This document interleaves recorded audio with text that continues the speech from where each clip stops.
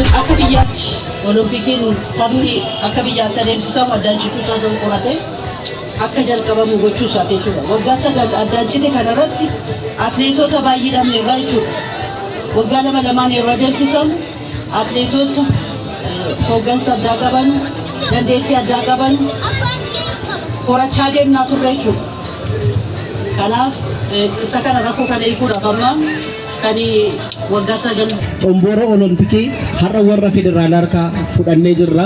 Warri federaalaa mootummaa naannoo Sidaamaa irraa fudhanii gara keenyatti kennanii nuun immoo ispoortistoota hedduu ittiin horachuu dandeenya. Wal dorgommii guutuu biyyoolessaa ja'affaa kana irratti jimmatti geggeeffamu irratti jenne Olompikii fudhannee jirra. Kanaan hojii bal'aa akka nuun hojjennu abdii guddaa qabna.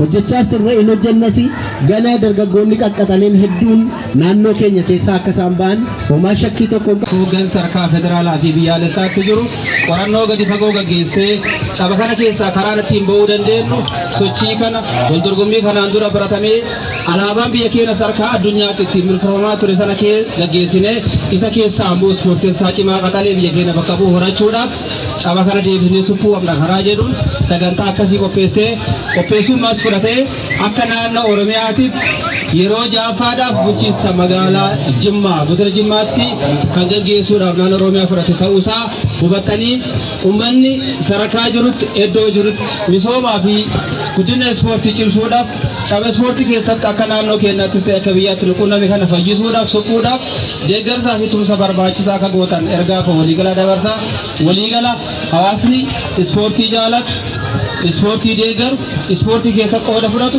yeroo hundaayyuu hojiin isaa deeggarsi isaa kaayyoon isaa ispoortiin bu'uura uummataa qabatu gochuudha waan ta'eef hawaasa kana gochuu danda'u isaa qofa osoo hin taane qabatamaan agarsiisaa ture yeroo darbe akkuma waliigala naannoo keenyaatti kilabiin bulchiinsa magaalaa Nagellee Arsii akka biyyaatti sadarkaa piriimiyer liigii biyyaalessaatti guddachuudhaan simannaan hawaasni keenya taasise dambaliin hawaasa keenyaa sarkaa naannoo bira darbee sarkaa addunyaatti raajeffatamaa dinqisiifamaa ture hawaasni akkasii yeroo hundaa sochii akkasii kaka'umsa akkasii cimsaa itti fufuu qaba dhaamsaa jedhu waliigalaatti dabarsaa. Fakkeettummaa olaanaa kan qabdanidha.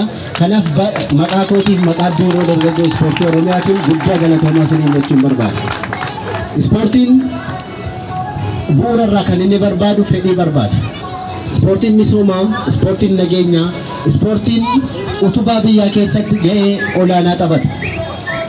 Hawaasni ispoortiidhaan gahoome, qaamaan gahoome hojii misoomaa keessatti hirmaachuu irratti isa rakkisu. Namni qaamaaf qalbiidhaan gahoome utubaa biyyaati. Inni kun immoo dursee isinii galee warri bulchiinsa magaalaa Nagallee Arsiidha hojii bal'aadha kan isin hojjechaa jirtan.